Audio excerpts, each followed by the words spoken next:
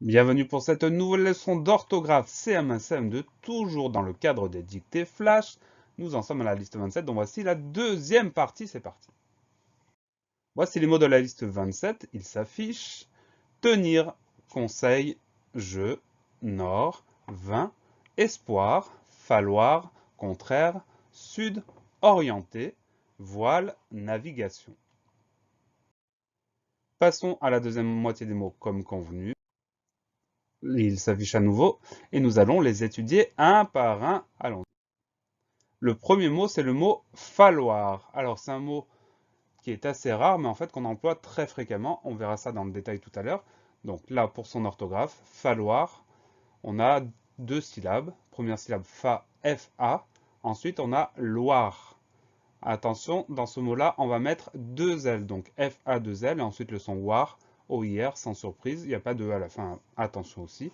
Donc on pense surtout à mettre ces deux L et le son war, OIR. Falloir, FA2LOIR. Le mot falloir, c'est un verbe qui est très particulier. Alors, c'est un verbe en war, donc du troisième groupe. Et au niveau de sa conjugaison, c'est un verbe qui ne se conjugue qu'à la troisième personne du singulier. Il n'a pas d'autre personne de conjugaison. Mais en fait, c'est un verbe qu'on rencontre fréquemment. Au présent, ça donne il faut. Donc, c'est bien le verbe falloir quand on dit il faut. Et c'est une formule qu'on emploie très souvent. Et au passé composé, ça donne il a fallu. Donc, le passé composé nous offre le participe passé du verbe, fallu avec U à la fin. Donc, attention, ce verbe-là, il se conjugue à la troisième personne du singulier. Mais ça a trait à la conjugaison. Voilà pour le mot falloir, FA2LOIR. Le mot suivant, c'est le mot contraire. Première syllabe con, C-O-N. Ensuite, on entend très re.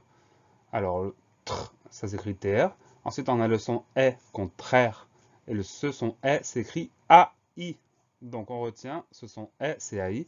Et on finit avec la syllabe re, R-E. Le E, on l'entend pas forcément. On pense à le mettre après le R. Donc, la seule difficulté, le son E de contraire qui s'écrit A-I. Contraire, C-O-N-T-R-A-I-R-E. Le mot contraire, c'est un nom masculin. On peut donc dire un contraire ou le contraire. Ça peut également être un adjectif. Par exemple, des sens contraires. Dans ce cas-là, c'est un adjectif. Mais nous, dans notre liste cette semaine, on va le prendre comme un nom masculin, le contraire ou un contraire. Pour mettre ce nom au pluriel, on ajoute le S du pluriel, des contraires avec un S à la fin. Voilà pour le mot contraire, C-O-N-T-R-A-I-R-E. Le mot suivant, c'est le mot sud, un mot qui est très court, qu'on rencontre souvent en géographie par exemple. Sud, S-U-D, ça veut dire qu'on écrit tout ce qu'on entend.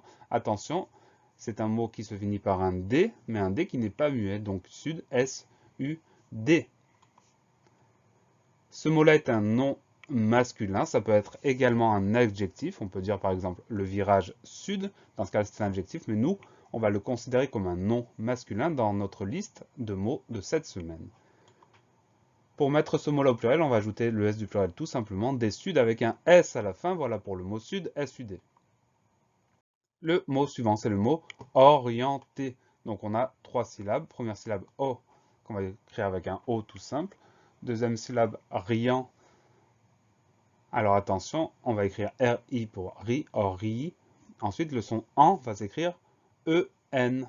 Donc le son en, c'est E-N.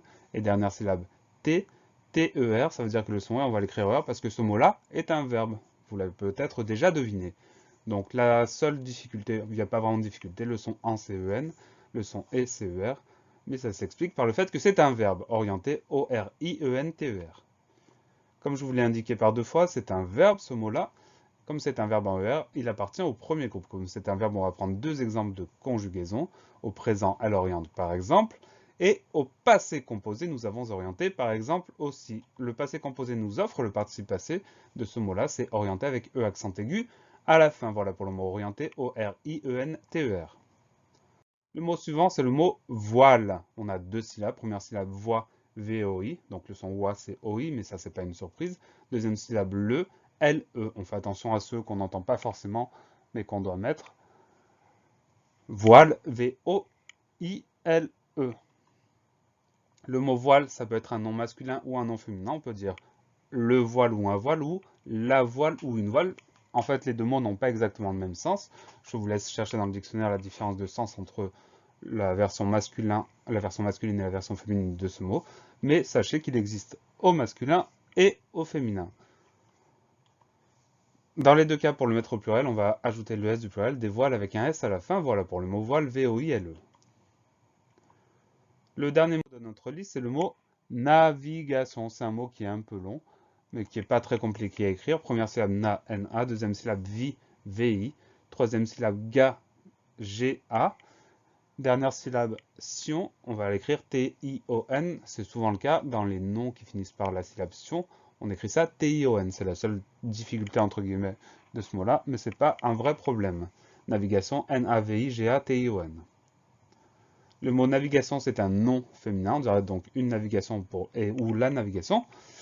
Pour le mettre au pluriel, on ajoutera le S du pluriel, des navigations avec un S à la fin.